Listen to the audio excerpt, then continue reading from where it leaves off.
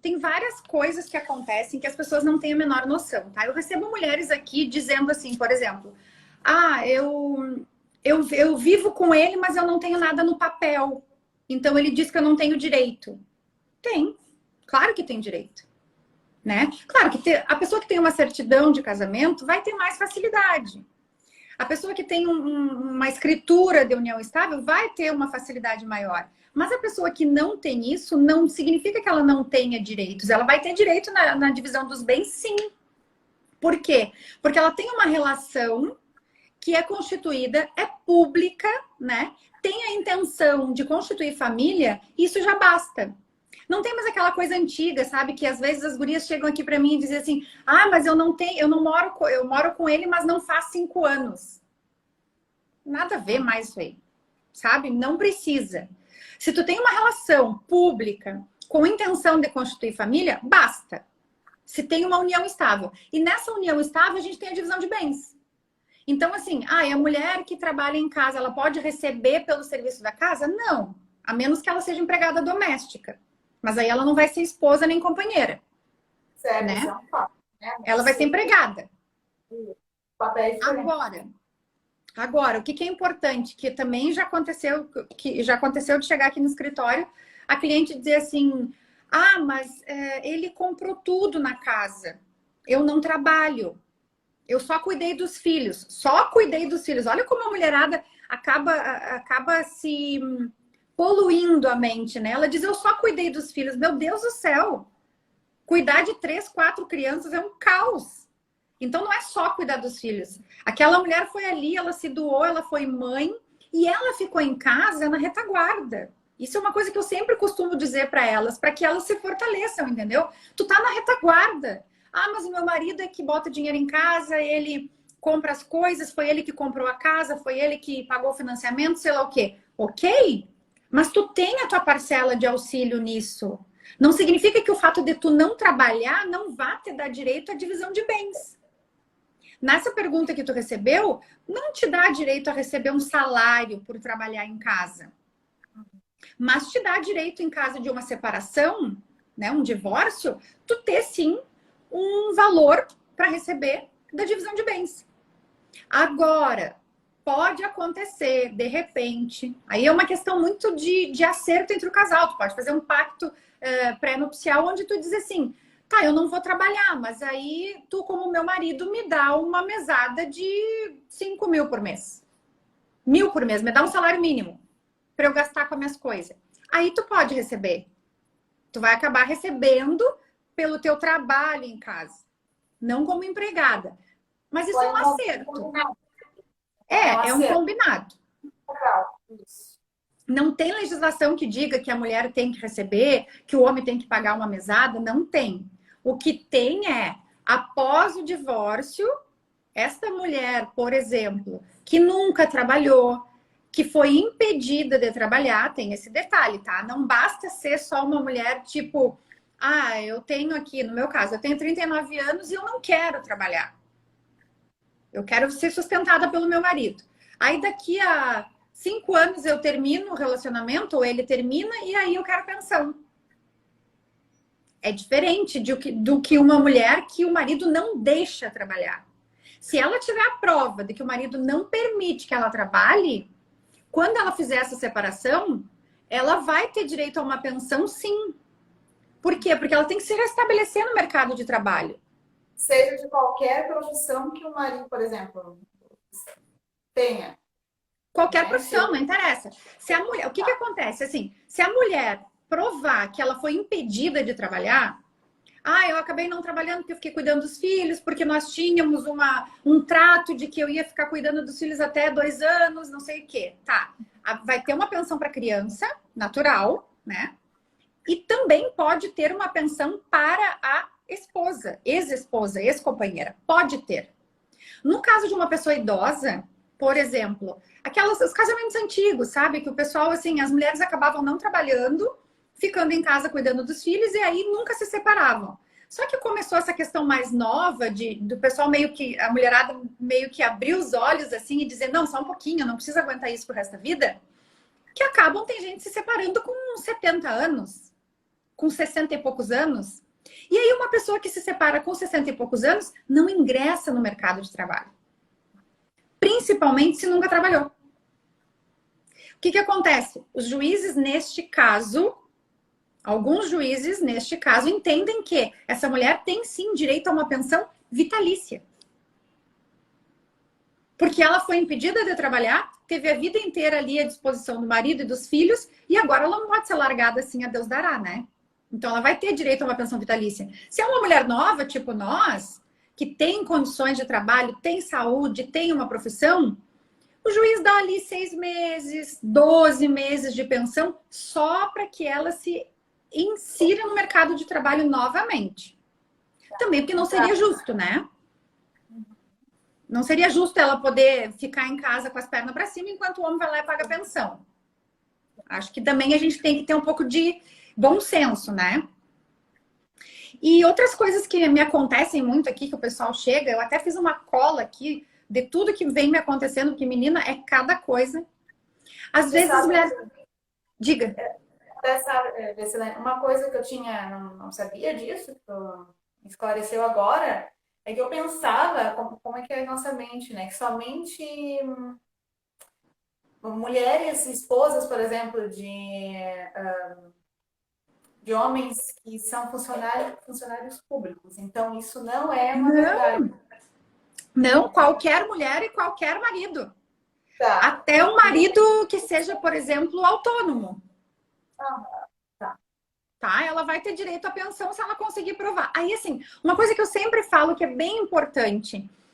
Quando eu falo assim, tá, o que tu tem de prova? Elas não têm. Né? Elas não têm prova. Então, o que eu sempre digo, o que é muito importante dessas mulheres fazerem? Guardar a conversa de WhatsApp, botar um aplicativo. Aí tu vai me dizer, Juscelana, tu é louca, tu tá pensando já no divórcio. Tá, ok, sou meio doida, tô pensando no divórcio mesmo, né? Mas é porque a gente fica assim, acreditando que tudo é lindo, que o amor é maravilhoso, e mas às vezes dá uma reviravolta tão grande na relação, que daí tu tava ali de sangue doce, como se diz lá na minha terra, e tu acaba não tendo prova nenhuma. Tu vai ter só o que? A prova testemunhal. Os amigos do casal para poderem falar alguma coisa, entendeu? Então, assim, não deleta a conversa de WhatsApp, manda para nuvem. Se tu tem um aplicativo no celular, por exemplo, que grava conversa, e aí teve uma conversa mais acirrada, uma briga, onde ele te xingou, onde ele te, sei lá, chamou de cachorra, sem vergonha, não sei o quê, guarda essa conversa. Guarda, porque isso é uma ofensa moral. Isso faz parte da violência moral que a gente consegue rebater dentro do direito, tá? Também tem as gurias, às vezes, chegam aqui dizendo assim, ó, eu quero me divorciar, mas ele disse que não vai assinar o divórcio. Não tem disso. Não existe mais isso. Uma das partes quer, né? Não existe. Claro que, assim, consensual no cartório, tu não tem como fazer. Se um não quer. Agora, eu quero me divorciar. Meu marido não quer. Eu entro na justiça e digo assim, seu juiz, eu não quero mais ele. Acabou. Ele me bate, ele briga, ou ele não faz nada, ele é um ótimo marido, mas eu não quero mais. O juiz, normalmente, em decisão liminar, que é o que a gente chama de divórcio compulsório, em decisão liminar, que é uma decisão primeira, sem ouvir a outra parte, ele já vai lá e dá o ok. Porque ele não pode obrigar as pessoas a ficarem casadas. A decisão liminar é a primeira decisão que o juiz pode ter sem nem sequer ouvir outra parte. Sem ouvir outra parte e já dando o que tu pediu. Então eu vou te dizer assim, olha, seu juiz, eu quero me divorciar, eu não quero mais esse cara, eu tô apaixonada por outro, eu quero me casar com outro. Mas para me casar com outro eu preciso do divórcio. O juiz vai lá e caneteia, divorciado. Porque às vezes a outra parte, daí eu nem vou falar um marido, porque a gente pode estar falando de uma relação homoafetiva, né, entre duas mulheres, por exemplo. A outra parte diz que não vai assinar só para incomodar.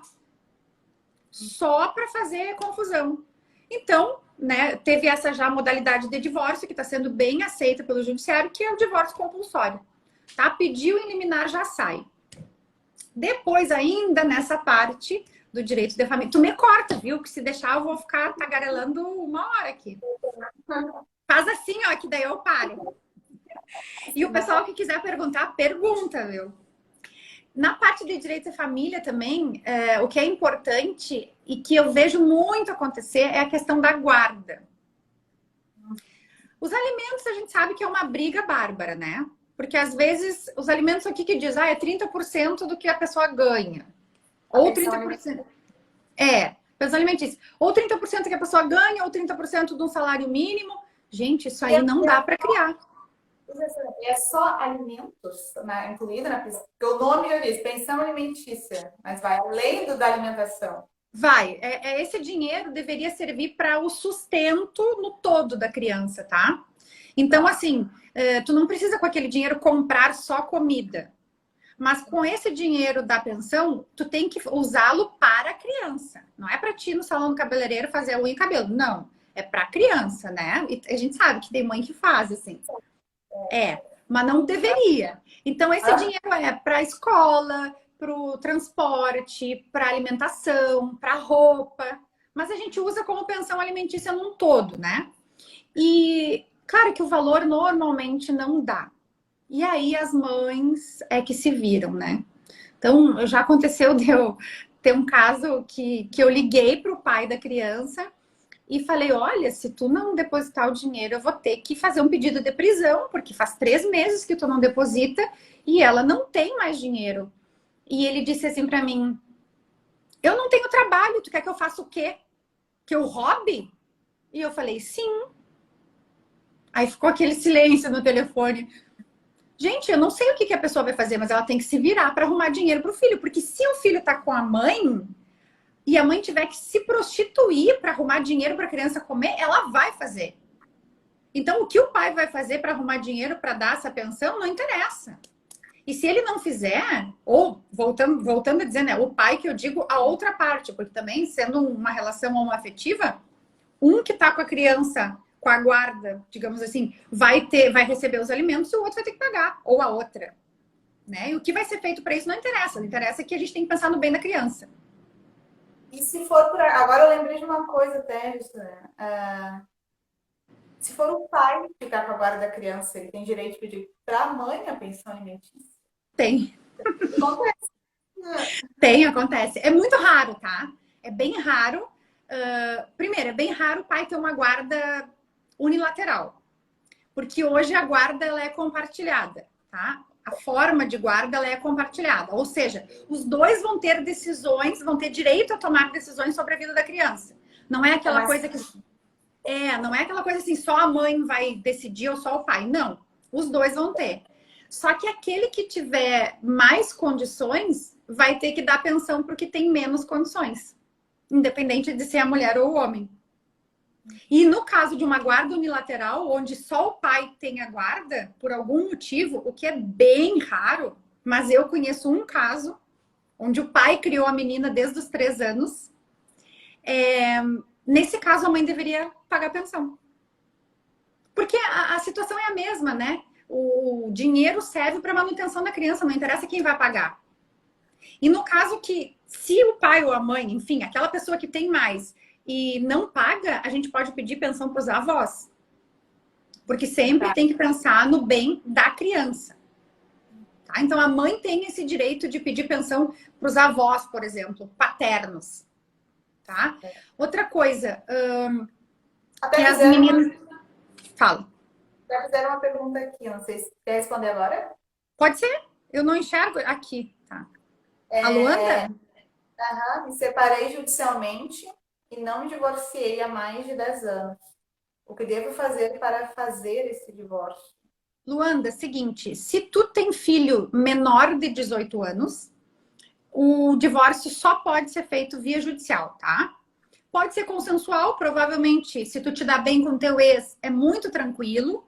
A gente pode pegar o mesmo advogado, vocês dois vão lá no juiz e dizem, é consensual e tal, beleza, vai assinar e pronto, tá? Tu vai ficar livre para casar de novo. Porque, assim, o teu divórcio, entre aspas, já tá feito há 10 anos, tá? Só que se tu quiser casar de novo, tu não tem como, porque na tua certidão de casamento ainda deve estar como casado. Se tu tem filho maior de 18 anos, ou filho que não tenha nenhum tipo de deficiência, dá para fazer no cartório. O que facilita muito mais ainda, muito mais rápido, em questão de, olha, 15 dias tu tá divorciado, tá? É bem tranquilo. É muito rápido. Na justiça demora um pouquinho mais, assim, talvez.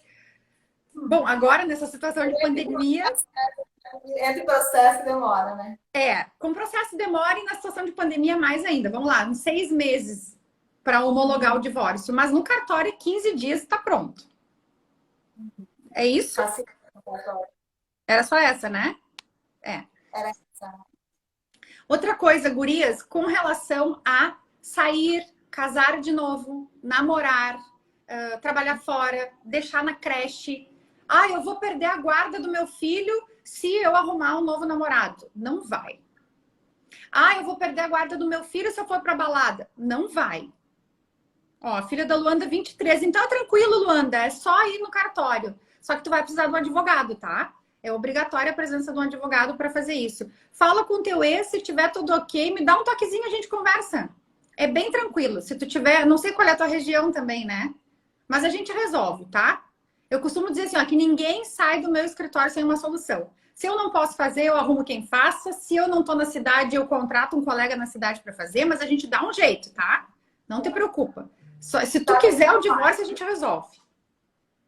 Tá atendendo online, Jacilene? Estou atendendo online, atendo presencial também, se a pessoa quiser vir no escritório, mas quando a pessoa não tem condições ou é de longe, a gente faz online. E como tem muito processo hoje em dia que é eletrônico, na verdade, quase 100%. Os novos todos são eletrônicos, né? Então é muito tranquilo, eu posso atender até em São Paulo, se eu quiser, porque o processo lá é eletrônico, eu só vou precisar da documentação mesmo.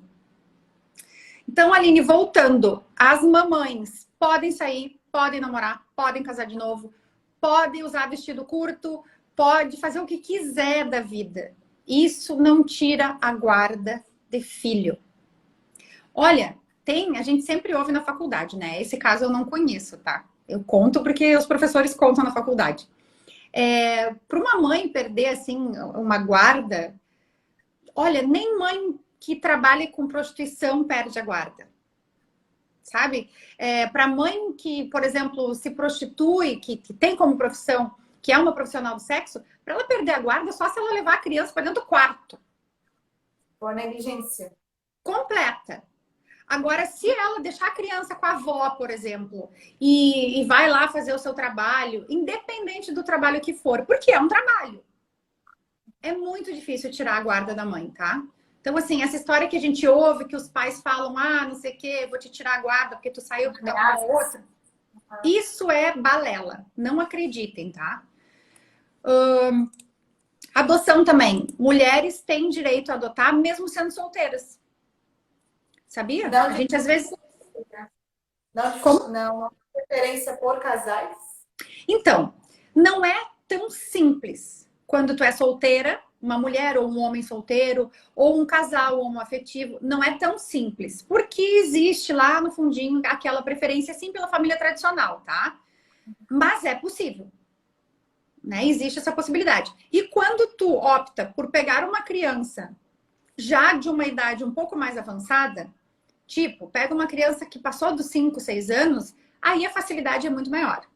Para todo mundo, tá? Inclusive para as mulheres solteiras que querem adotar. Eu já trabalhei em casa de acolhimento, então eu sei como é que é. Então, se a criança tem mesmo tem a partir mesmo dos 5, 6 anos, é mais difícil de ser adotado, né? Então facilita essa questão dos pretendentes, né, serem porque todo mundo pede nenê, né? A preferência é nenê. Então, quando tu tem uma opção assim, olha, por exemplo, eu sou solteira, sou sozinha, vou adotar uma criança de 5 anos. Certamente. Com a análise, eu tenho uma profissão, eu trabalho, eu tenho condições de criar uma criança? Tem. Então tá, por que não adotar uma criança grande, né? Se fosse um bebê, bom, eu ia entrar na lista lá, ia ser mais difícil, iam dar preferência para a família tradicional. Isso é fato, né? Mas a gente espera que essa mentalidade mude, né?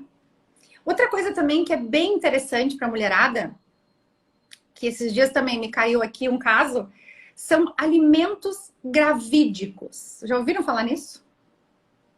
Alimentos gravídicos. O que acontece? A gente tá lá, né? na balada, encontra um boy, se apaixona, tararã, começa a namorar o boy, 2 meses depois, pimba, deu cacaca, engravidou. Engravidou, não lembro. O que o boy faz? Vaza, corre, some. E aí tu fica literalmente na mão. E aí tu tem pré-natal, e aí tu tem que te alimentar direito, porque tu tá grávida, é por 2. Aí tu tem que comprar roupa, porque tu não vai caber nas roupas. E aí, às vezes, só o teu dinheiro não dá. Então, em benefício da criança, a gente pode entrar com uma ação, tá? Pedindo alimentos gravídicos. O que também é muito aceito pelo judiciário. Claro, com o mínimo de provas de que aquela pessoa é o pai. Né? Tu não pode chegar assim e dizer, eu tô grávida do Thiago Lacerda. Tá, eu adoraria, né? Mas não é tão simples assim, né? Teria que provar, entendeu? Provar que tu encontrou, provar que tu saiu, provar que tu... Aí, o que eu volto a dizer? As conversas do WhatsApp. Tu tem ali o papo, olha, aconteceu, tô grávida, e agora? Tu vai me ajudar, não vai me ajudar? O cara passou, me pronto. É necessário que tenha sempre a prova do teste, do exame do DNA? Não, aí é que tá. Não precisa do exame do DNA. Tu tem que ter, nesse caso dos alimentos gravídicos, tu tem que ter uma prova mínima de que aquela pessoa é o pai. Tá. Sabe? Tu vai ter que provar de alguma forma de que aquela pessoa é o pai da criança. Claro que daí depois pode acontecer também, de tu achar que é um e ser outro. Né? Aí aquele pai vai ter que provar que não é dele, que é do João das Couve lá. Então tudo vai entrar numa batalha judicial, mas a criança, nesse primeiro momento, que vai precisar de um pré-natal e de uma alimentação, vai estar protegida. E é isso que interessa, tá? Para a justiça, a proteção é a da vida. Então, tem um possível pai, ele paga a pensão. E aí depois, se ele não for o pai, bom, aí quando nascer, fizer o DNA, enfim, aí ele para de pagar. Mas naquele primeiro momento ele vai ter que acabar pagando. Aí é injusto pro pai? É injusto, né? Porque se tu pega uma mãe safada, ela faz ali na sem vergonhice, se tu pega uma mãe safada, o cara acaba se ferrando alguns meses, né? Mas acontece. Tem casos. Tem. Eu conheço um caso de que a mãe errou. Não sei se de propósito ou se porque realmente, sabe, diferença assim, tipo de, sei lá, naquele mês ela tava saindo com 2. Tá. E qual que ela optou? Ela optou pelo que ela mais gostava, né? Que seria maravilhoso ter o filho daquele que ela mais gostava, só que daí o filho era do outro. Depois que nasceu e que fez DNA, o filho era do outro. Isso acontece, tá? Bastante. Aí, falando de grávida, aí depois a gente tem aqui, eu tenho toda a minha cola aqui de direito do trabalho, tenho a penca de assédio moral. E, olha, o chefe não pode te chamar de burra, não pode chamar tua atenção, assim, na frente de todo mundo, de forma que... a Tanara, se não for pai, tem que devolver a pensão? Não tem que devolver. Boa pergunta, Tanara. Tanara é doutora, Tanara é colega. Não precisa. Aquele pai que pagou os alimentos gravídicos, não precisa, a mãe não vai precisar devolver para aquele pai. O que pode acontecer? Esse pai, interessante a pergunta, Tanara, valeu. Esse pai que pagou, que não era o pai, que pagou os alimentos, quando for descoberto o pai da criança, ele pode entrar com uma ação pedindo o ressarcimento para o pai da criança, para o verdadeiro pai da criança.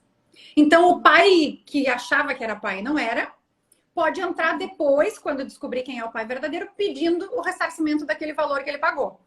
Eu conheço até um caso assim, interessante. Pode. Eu não sabia dessa possibilidade. Né? Poderia pedir esse ressarcimento. E é justo. É justo, é? É justo, porque se o pai é o outro que tem que pagar, né? Mas a mãe da criança não precisa devolver. Digamos assim, não se achou o pai, só fez o DNA e deu negativo, não sabe quem é o pai. A moça era tinhosa lá. Tá. Não precisa devolver. Tá? Por quê? Porque é o benefício da criança. Não vai dizer assim, agora tu deixa de dar comida para a criança para me devolver o dinheiro, tá? E aí, vamos já passar para o direito da gestante e da lactante. Nem vamos entrar nessa questão assim. A questão de direito do trabalho tem muita coisa, tá? Por exemplo, tem discriminação por gênero, O fato de tu ser mulher, tu pode ser discriminada. E isso acontece, e muito. Eu já passei por isso. Pessoa, não eu advogada, mas eu, enquanto pessoa, passei por isso. Assédio sexual, bilhetinho, presentinho de chefe, convite para ir no cinema, para jantar, para ir tomar um vinho na casa do chefe. Gente, isso não pode. Sobre a ameaça, né, de perder emprego. Na verdade, ela vem muito velada, tá, Aline? Ninguém diz assim, ó, olha só, tu quer ir lá na minha casa tomar um vinho, senão eu vou te demitir. Ninguém diz. Ninguém. Mas começa assim, tu não... Diretas, entre linhas. Tu vai sentindo, né? Tu vai vendo que se tu não for, se tu não ceder, a pessoa vai cercar mais um pouco e daqui a pouco ela vai te dar uma diretinha de que vai te demitir. Tá? Isso é muito comum acontecer. Às vezes a gente não percebe, né? Quando tu te dá conta, o troço já tá estourado e já tá ficando feio, assim. Só que, claro, às vezes a gente não percebe. Mas vou falar da gestante que é melhor, tá? Olha só. A gestante, as empresas têm um grande problema com gestantes, né? Então, por muito tempo eu ouvi falar, tipo, eu prefiro trabalhar com homem, eu não contrato mulher. Eu, particularmente, prefiro trabalhar com homem. Mas porque homem não tem TPM. Porque, sabe, homem, às vezes a gente chega de TPM e aí tu dá uns gritos assim, tipo assim, fulano! Ele fala assim pra ti, tá bom, vira as costas e sai. A mulher magoa. As mulheres já se magoam, choram, já brigo, já xingo todo mundo. Tá. Mas em questão de competência, a mulher é muito melhor. Não só pela competência, pela dedicação ao trabalho, e porque a gente consegue fazer 50 coisas ao mesmo tempo, né? Os guri não. A minha melhor estagiária da vida foi uma mulher. Mas a gente se dava muito bem, porque ela era tipo eu, assim. Eu falava, Lauren, não sei o quê. E ela, espera aí que tu vai ver. E ela ia lá e pegava as coisas e me trazia. Toma, pronto. Não tinha chororô com a gente, era uma maravilha. Eu trabalhei já com um menino que tinha TPM, eu acho, não sei. Ele era mimimi. Mas voltando. Então, as empresas, elas têm um pouco de incômodo com mulheres por conta da gravidez. O que não pode acontecer? Ou Pedir... também questionam se tem filhos também. Fala, não te entendi. A questão, assim, da entrevista, da primeira entrevista, né? Se tem filhos também. Isso também pode ser um empecilho. Também dependendo do cargo, né? Claro que cada empresa tem a sua cultura, mas aí isso entra também como um direito. É que assim, aí tu não consegue provar, né? Tá. A pessoa vai te perguntar, tu tem filhos? Tenho. Que idade? 2 anos. Aí tu não é contratado, mas tu não tem como provar que foi por conta da idade do filho. Sim.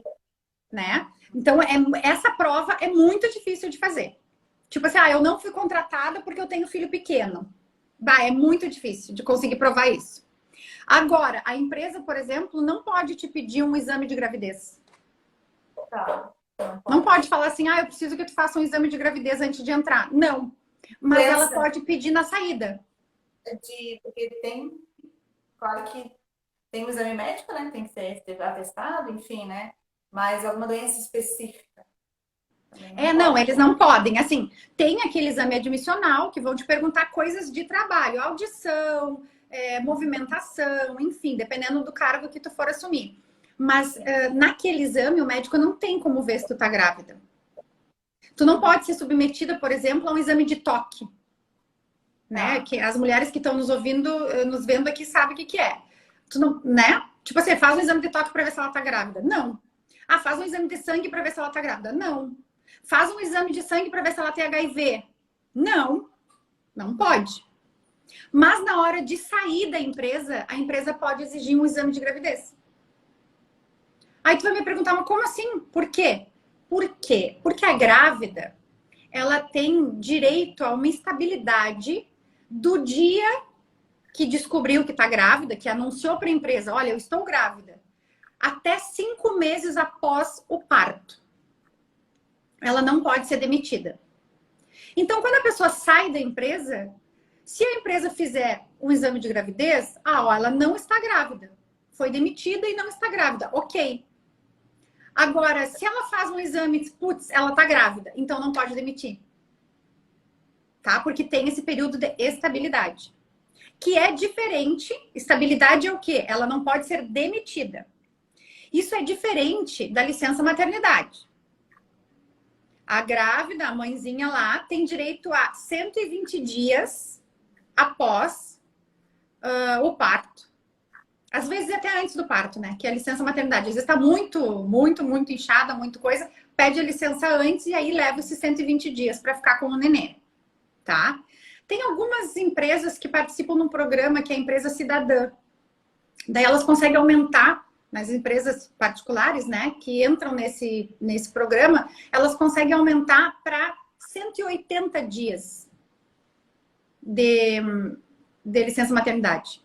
Então, seriam 6 meses. Normalmente são 4. Se participa da empresa cidadã, são 6. Tá? Quando adota, também tem direito à licença maternidade. Dos 120 dias. Tá? Quer ver uma coisa que a maioria das pessoas não sabem? Que mães grávidas, por exemplo, grávidas, né? Elas podem se afastar da escola também por 120 dias. A matéria, ela vai... se ela é estudante, ela não precisa frequentar as aulas. Porque, né, tá ali com o nenê. Então, ela fica os 120 dias fora, ela consegue fazer as matérias de casa, né? E as provas, os exames, ela pode reagendar. Isso é uma coisa que a maioria das mães não sabe. Grande maioria. É um caso. Quando eu estava no 3º ano, tinha uma colega que ela teve que voltar. Teve. Depois de ganhar. O nenê nasce e elas já voltam pro colégio. Porque senão o colégio diz que vai rodar, que não tem como. Mas tem, tá? Tem previsão legal para isso. Ela pode ficar. Como? Ensino superior, Helena, tem uma relação também? A mulher está fazendo faculdade, está cursando? Estudo. Grávida estudando tem direito a ficar 120 dias fora e remarcar os exames. Tá? É direito. Empresas, por exemplo, que tem mais de 30 mulheres acima de 16 anos, tem que ter creche para os filhos dessas mulheres. Ou tem que dar um pagamento de auxílio creche. Ah, mas a minha empresa tem 20. Bom, aí 20 não precisa, a lei fala 30. Ah, mas não é justo. Tá, ok, não é, mas a lei fala 30. Tá? Tem que ter creche. Por exemplo, quando eu falei da adoção, se a criança tem até 12 anos, quando tu adota, tu também tem direito à licença maternidade. E aí um caso que eu até tinha deixado para falar depois, mas eu acho bem interessante. Porque também atuo na área, né? Um homem trans. Homem trans. O que é o homem trans? Vamos lá. É uma mulher, uma pessoa que nasceu mulher, com vagina e peitos, mas ela não se identifica naquele corpo. Então, ela se transforma em um homem. Então, ela é um homem trans. Um homem transformado, tá? Esse homem trans, às vezes, eles tiram o peito, mas mantém os ovários e o útero. Se esse homem trans engravidar, se este homem for mãe, ele vai ter também o direito aos 120 dias de licença maternidade. Ah, mas Gessilene, ele já trocou o gênero, ele já trocou o nome na certidão de nascimento. Não interessa. A gente busca o bem da criança. Então, se a pessoa... Biológico, então. Se a pessoa engravidou, uma pessoa engravidou, ela vai ter direito. O que a lei diz? A mulher, a grávida. Por quê? Porque não é uma coisa tão comum. Até hoje já é bem comum, viu? Mas assim, não era algo tão comum quando a lei foi escrita que um homem pudesse engravidar. Ah, mas aí tu vai me dizer, mas não é homem. Sim, ele é um homem. Ele se identifica como um homem. Só que, enfim, tem até cirurgias que resolvem a questão da genitália, enfim, tá? Mas se ele mantiver o útero e os ovários, ele pode engravidar. Não interessa a forma que ele vai engravidar. Se vai ser artificial ou natural. Interessa que ele engravidando tem direito aos 120 dias de licença. Tá? E aí, o companheiro ou a companheira deste homem vai ter licença paternidade. Vai ter direito à licença do outro, né? O outro que auxilia, que é menor a licença, mas tem direito igual. Isso é uma coisa bem interessante. Outra coisa, ó, a maioria das mulheres também não sabem. Quando a mulher volta para o trabalho e o nenê tem menos de 6 meses, ela tem direito a 2 intervalos para amamentar. A maioria das empresas não dá esse período de 2 intervalos. Eu já trabalhei em empresas que queriam antecipar, tipo, 2 intervalos assim, tipo, de meia hora, tá? Eu já trabalhei em empresa que queria antecipar 1 hora a saída da lactante para ela dar mamar. Só que daí a criança passou o dia inteiro sem tomar nada. E a criança até 6 meses, ela é exclusiva a alimentação dela, o leite materno, né? Então, ela tem que ter 2 intervalos. Preferencialmente um de manhã, preferencialmente um de tarde, para poder amamentar o nenê. Tá? Elas podem trocar de função, isso também é interessante, a grávida, né? Ou a lactante, se trabalhar em alguma função perigosa ou insalubre, enfim, ou que prejudique, que possa prejudicar a criança, ela troca de função enquanto está grávida. Quando ela volta, ela retorna ao trabalho normal. Já aconteceu assim, você tá, a mãe, por exemplo, ali, né, lactante. O exemplo da lactante, mas pode ser em qualquer mulher, né, não sendo grávida ou não ainda tenha ganhado filhos ainda. Viu que a situação tá coisa. A situação no ambiente de trabalho tá errada, por exemplo, ali em função de não poder, né, dar de mamar 2 vezes, né, como tu deu o exemplo ali. E aí, não pode, a empresa não aceita, e aí essa mulher toma a decisão de procurar uma ajuda profissional, um advogado, por exemplo, né? Mas tem esse medo de ser perseguida. E vai. Né? Vai. E aí? Vai. Né? Vai ser perseguida. Isso é um fato. É um fato. Né? Não tem, assim, qualquer empregado que entre na justiça ainda trabalhando, mesmo que tenha toda a razão do mundo, porque tem empresas muito péssimas.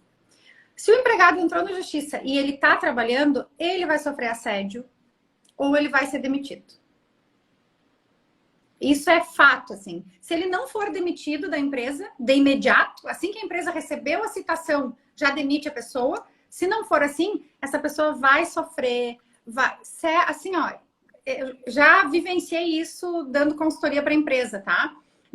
Sei lá, do gerente pegar o cara que entrou na justiça porque queria insalubridade e o gerente deixar ele sentado num banco o dia todo, sem fazer nada. Aí tu vai me dizer, mas que maravilha, eu queria ficar sem fazer nada, só mexendo no meu celular o dia todo. Isso é um castigo. Um dia tu faz de boa, no segundo dia tu tá feliz ainda, bem tranquilo, não queria trabalhar mesmo. Daqui a pouco aquilo ali vira uma tortura. Tu ter que ir para o lugar de trabalho e ficar sentado sem fazer nada. Isso não pode, isso gera dano moral. Só que, como tu já entrou na justiça, a empresa vai fazer, vai te perseguir, vai incomodar. Isso olha, é praticamente 99% de chance. Então, o que eu digo para as pessoas quando elas não querem mais? Eu sempre digo assim, se tu quer entrar na justiça trabalhando, fique certa do que tu vai ser demitido.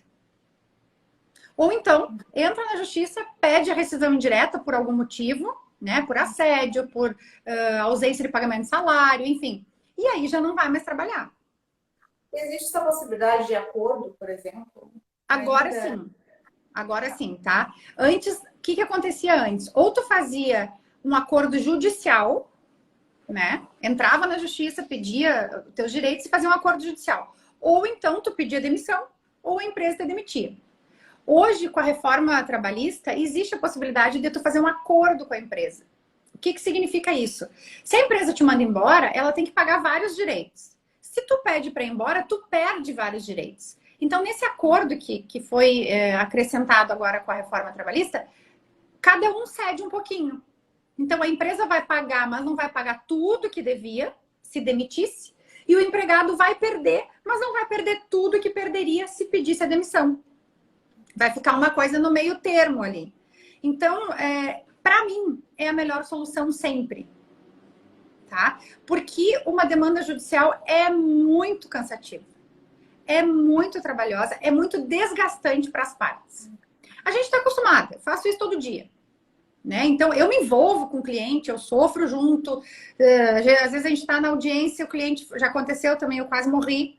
Antes de entrar na audiência, o cliente chegou para mim e falou assim, doutora, será que eu consigo um dinheirinho para pagar minha casa? Meu Deus, né? Antes de entrar na audiência, isso, eu quase tive uma síncope. Porque olha a responsabilidade, né? Que fica na mão da gente de conseguir o dinheiro para pagar a casa da pessoa. Então, assim, o acordo sempre é a melhor solução, sabe? Eu sempre procuro mediar tudo. Até aqui no escritório. Esses dias fui procurada para fazer um divórcio e uma relação abusiva, abuso psicológico, financeiro e moral. Passou uns dias, ela me disse, ele quer voltar. Acontece muito isso aí? Muito. Muito. Entra no processo, esposa aceita de novo, volta no relacionamento. Aí ela me disse, ele quer voltar, não sei o que eu faço. Eu disse, olha, tu tá consciente de que tu tá vivendo uma relação abusiva? Ok. Mas tu acha que vale a pena? Que tu gosta dele, que tu é feliz assim? Então volta. Aí eu perco o processo, entendeu? Não tem problema. Eu vou deixar de fazer esse processo. Mas o que me importa é saber que aquela pessoa vai estar bem. Se ela estiver feliz, eu vou tentar sempre mediar. Quer voltar pro teu marido? Tu tem certeza? Eu sempre pergunto, tu tem certeza que tu quer te separar? É isso que tu quer? É isso. Então vamos lá. Ou então, bah, não sei. Eu digo, então pensa. Pensa e depois a gente conversa. Porque às vezes é o calor do momento, entendeu? Teve uma briga, saiu de casa enlouquecida, eu vou me separar, não quero mais saber de ti, tarará, tarará. Aí, às vezes, chega aqui, toma um café, a gente conversa. Aí eu pergunto como é que era o casamento. Aí eu meio que faço uma terapia, porque eu adoro, né? Adoro fazer uma terapia com as pessoas. Eu faço a minha e depois eu vou lá para as pessoas e questiono como é que é e isso. E aí indico aqui os profissionais da rede. Digo, quem sabe tu dá uma conversadinha. Tá, daqui a pouco não volta mais. Me manda depois só um WhatsApp. Doutora, voltei, tô feliz. Ótimo, ótimo. Né? Então, a gente sempre tem que pensar na mediação, no primeiro lugar. Então, assim, quer entrar na justiça contra a empresa? Entra, mas vai sofrer retaliação. Tenta fazer um acordo, então, para sair. Sai todo mundo de bem, tu não suja teu nome, né? Porque normalmente quando a pessoa entra... É até um preconceito, né? Mas quando a pessoa entra na justiça, ela fica meio que, como se diz na minha terra, marcada na paleta, né? A pessoa fica... E assim... Também me fez lembrar, tu falou agora de relacionamentos abusivos, né? Um dado, não sei se tu tens, até para confirmar, Giselene, em relação, né, depois da pandemia, números, né, de... O ano passado... Violência doméstica se cresceu desde o ano passado, 2020, 2021. Para te ter noção, 2020 teve aqui, ó, 105 mil denúncias de violência doméstica. As denúncias ainda, né? Imagina quem não denuncia. Tu imagina quem não sabe que vive a violência doméstica. Isso aonde? Isso Não, isso no Brasil. No Brasil. Brasil inteiro. Brasil inteiro, 2020, teve 105 mil denúncias. Certo. E aí, é porque assim, ó, a gente tem uma cultura que acha que a violência doméstica é só a física. Então, assim, se eu não apanho, ele não é um mau marido. Ele só fica bravo de vez em quando. Ah, ele bebe e me xinga. Gente, não pode. Não pode. Isso, teve uma que me disse isso. Não, ele é um bom marido, ele nunca deixou faltar comida e roupa dentro de casa. Eu falei, gente, mas isso é obrigação. Se tu não trabalha, se ele era uma senhora, tu não trabalha, ele não te deixou trabalhar, o mínimo que ele pode fazer é dar comida e roupa para ti, para os filhos. Mas tu vê que a nossa cultura ela é tão doida que para ela isso era ser um bom marido. Apesar dele xingar ela, dele dizer que ela era uma inútil, dele dizer que ela não prestava pra nada, que ela não fazia nada, que ela só gastava o dinheiro dele, que ela não sabia cuidar dos filhos. Ele era um bom marido pra ela. E aí? Em relação à violência, né, esse denúncia, 105 mil, né? 25 mil. Incluindo todos os tipos de violência, então, não só. Não só física, violência moral, patrimonial, psicológica, sexual. Uma coisa que é muito comum, muito, muito, muito comum. E as pessoas não se dão conta. É aquela história do eu não cumpria minhas obrigações de esposa. Tá. Ah, homem é assim mesmo. Às vezes a gente tem que transar sem vontade, porque é assim mesmo no casamento. Não, amiga! Tem essa crença muito forte ainda, né? Não é assim. O cara não pode te forçar a transar com ele. Ele não pode, por exemplo, tem homens que não querem usar camisinha e não querem que a mulher tome anticoncepcional. Isso é violência sexual.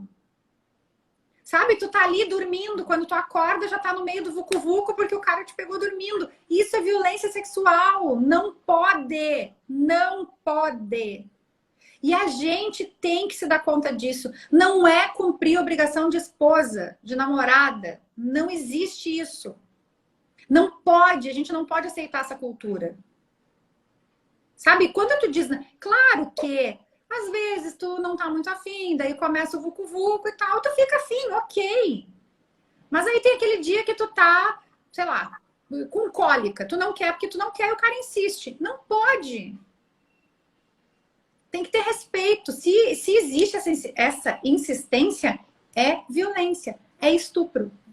É estupro. Ah, mas o meu marido... Não é estupro, porque é meu marido. É estupro. O marido pode estuprar, sim. Isso é estupro, tá? É reconhecidamente estupro.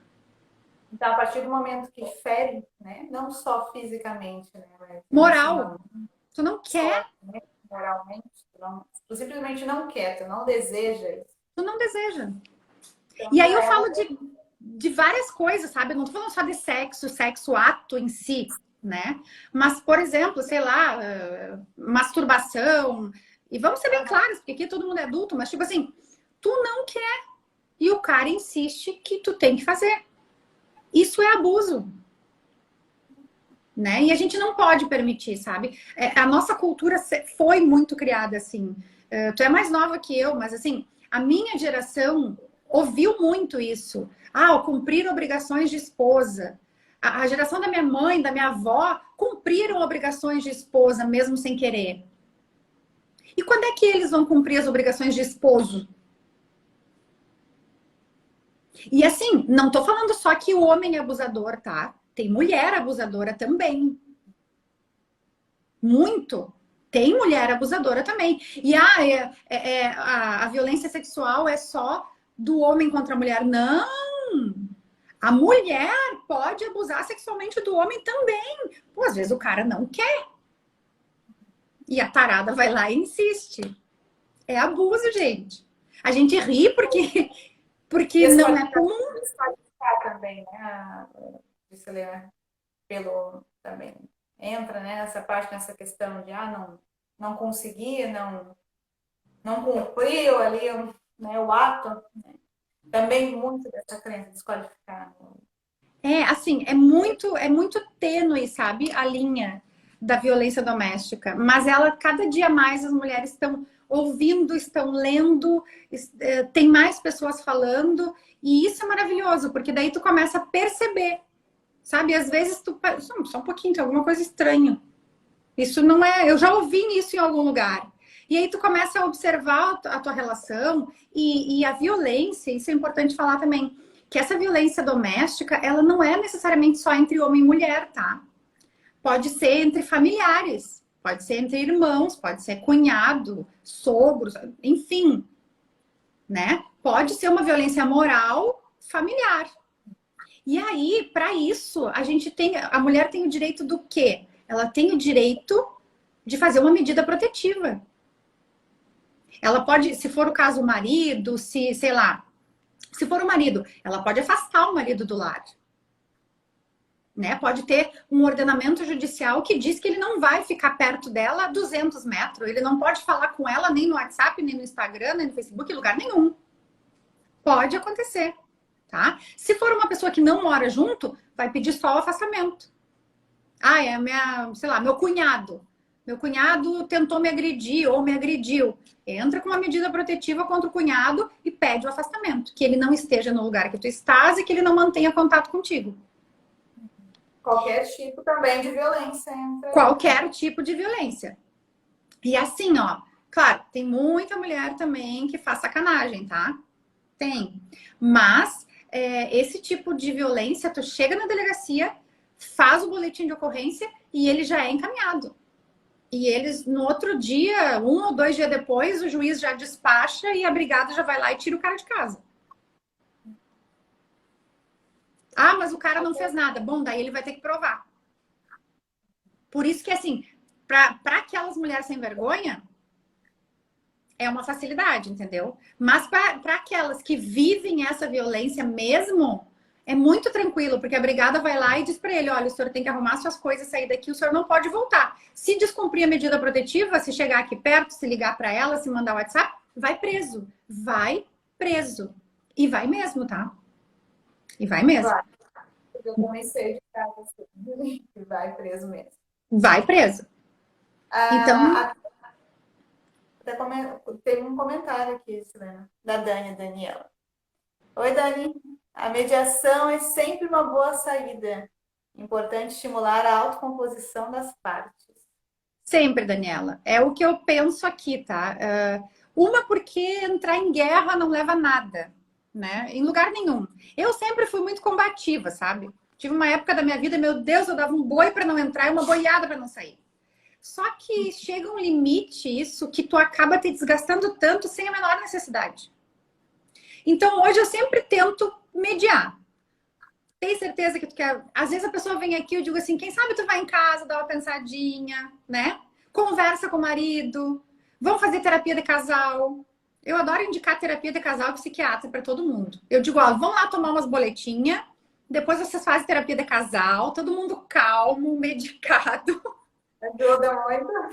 Mas é porque eu realmente acredito, sabe? Eu acho que às vezes as pessoas estão tão estressadas com essa loucura do nosso dia a dia que tu tomar uma medicação vai te baixar a poeira, tu vai alinhar e aí tu consegue enxergar as coisas com mais clareza. Aí tu vai fazer uma terapia. Aí tu vai para psicóloga ou fazer terapia individual ou fazer uma terapia de casal. Só que também os dois têm que estar dispostos a isso. E às vezes não acontece, né? Aí, às vezes, só o divórcio resolve. Mas que bom que a gente ainda tem essa solução, né? E assim, ó, voltando sempre na questão da mulherada, que eu acho que isso é muito importante, assim. Meninas, prestem atenção.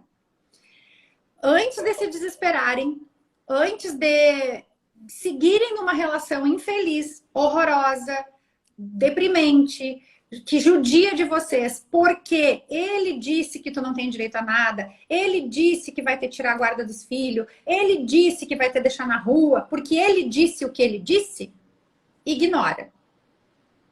Primeira coisa, tu vai lá, procura um advogado. Procura um advogado e pergunta, olha, eu sou casada, eu tenho união estável, eu moro junto há tantos anos, acontece isso, isso, isso. O que eu tenho direito? A pessoa vai te dizer. Aí tu volta para casa, dona de si, e diz para ele, não sou doida. Eu tenho direito sim e vai ser como eu quiser. Vamos acertar meio a meio, então é briga. Mas vocês têm que se fortalecer nesse sentido. Eu não gosto da palavra empoderamento, tá? Porque eu tenho um ranço com a palavra empoderamento. Porque eu acho que a gente é poderosa por si só. Já nasce poderosa. Eu acho que a gente precisa sim de fortalecimento. Sabe, precisa alguém fomentar essa força que tu tem dentro de ti para tu dizer, não, só um pouquinho, meu querido. Eu não vou sair daqui de mão abanando, não. Eu te ajudei sim. Eu tava aqui fazendo comida enquanto tu tava trabalhando, então eu tenho direito também. Então preste atenção, gurias. Não se deixem emprenhar pelos ouvidos, como você diz lá na minha terra. Não deixa. Se ele começar a falar muito, tu fala, tá bom, procura um advogado, vê os teus direitos e mete bala. Isso acontece muito também, eu vejo dependência emocional, né, entre o casal. Muito, muito. Né? E por conta dessa dependência que a violência vem também, né? Aham. E é muito difícil tu explicar para uma pessoa que não faz terapia, e eu sempre digo que terapia é a salvação do mundo, e não tô falando isso porque eu tô na tua frente, é porque eu realmente acredito nisso, eu adoro, eu faço terapia há muitos anos, eu amo fazer terapia. Tô suspeita pra falar. Mas assim, as pessoas quando fazem terapia, elas têm uma outra visão da vida. Sabe? Então, se tu consegue, se a pessoa não faz terapia, tu não consegue explicar para ela o que é uma dependência emocional. Mas na terapia, daqui a pouco ela mesma se dá conta, tipo, putz, olha o que eu tô fazendo, sabe? Isso. E de não se ver, né? Nunca parece que não se vê com o outro, ó, porque tem pena de estar com o outro. Às vezes não depende nem financeiramente, mas é Não, pena. pena. Não posso largar ele não sabe viver sem mim. Amiga, deixa ele. Aí eu deixo aqui, até vou até deixar uma deixa, querido. O que é que está unindo e afastando vocês como casal? Né? E aí o primeiro pilar que separa e une um casal é cuidado e proteção. Você cuida, protege, você se sente cuidada e protegida? De que forma? De que maneira? Às vezes pode ser o financeiramente que está unindo esse casal. Pode ser um conflito ali que está unindo. As brigas também unem casal. É, pior é que é. É botar no papel, né, Aline? Eu acho interessante isso, assim, quando a gente bota no papel isso que tu falou, o que que une e o que separa. Escreve. Não adianta só pensar. Visualiza. Quando a gente É, coloca no papel, a gente visualiza. e é muito doido isso, viu? Porque às vezes eu ficava pensando assim, e daí um belo dia eu resolvi escrever. Então hoje, quando me dá uma loucura, assim, um pico de sentimento, eu pego o papel e pum, pum, pum, escrevo tudo que eu tô pensando. Depois eu releio aquilo, eu falo, meu Deus, olha o que eu tô sentindo. Porque a gente esquece. Esquece. E esquece mesmo. Esquece. Então, quando tu tem os prós e os contras do relacionamento, tu fala, nossa, às vezes tem muito mais contra do que prós. E aí tu pensa, ai, mas por que que eu tô com essa pessoa? Sabe? Enfim, acho que já vai fechar, não vai? Daqui a pouco ele. Daqui a pouquinho. Aham. É, eu tô perdida É aqui. Eu tô... gente, tem alguém mais que fazer alguma pergunta, algum comentário? Tô vendo os coraçõezinhos aí subir. Para vocês, né? Fizeram sentido, né? Ajudou. Nossa, tudo que a Serena trouxe aqui, maravilhoso, né? A tua forma também de falar, né? A dinâmica que é esclarecedora, né? Que dá para entender. E assim, ó, Até se alguém ficar com alguma dúvida, independente da live aqui, porque daqui a pouco já fecha, pode me chamar no direct, perguntar, não tem problema, tá? Eu não tenho essas frescuras assim. Me chama lá, fala, olha, eu vi a live lá com a Aline e eu queria saber tal coisa. Eu vou responder. Se eu não responder na hora, é porque eu tô meio atucanada, mas assim que eu puder, eu sempre vou responder, tá? E o que que é importante? É não se deixar tomar por esses sentimentos ruins ou de acomodação. Né? Tipo, eu tô acomodada, eu tô há 30 anos com ele, tá? Deixa assim. Não. Façam valer os seus direitos. Vocês têm direitos, então façam valer. Se fortaleçam aí, floresçam e botem para quebrar. Olha aí, até gente. Querida. maravilhoso. Eu adoro essa doutora, baita profissional. Baita profissional mesmo, hein, Gislaine? Ai. As mulheres casadas no papel e as de união estável têm os mesmos direitos. Tem. Na questão de casamento, tem, tá, Viviane? O que diferencia um pouco ainda, mas é quanto, é na parte de sucessão. Na parte onde divide os bens após a morte. Mas a divisão de bens no divórcio é tranquila, é a mesma coisa. Ou casamento com certidão, ou registro de união estável, ou só união estável de fato, como a gente chama, quando não tem papel. Vale tudo a mesma coisa. Dependendo do regime de bens, tem um tipo de divisão, mas a maioria, a grande maioria, é o regime de comunhão parcial. Ou seja, tudo que é depois do casamento adquirido é metade para cada um.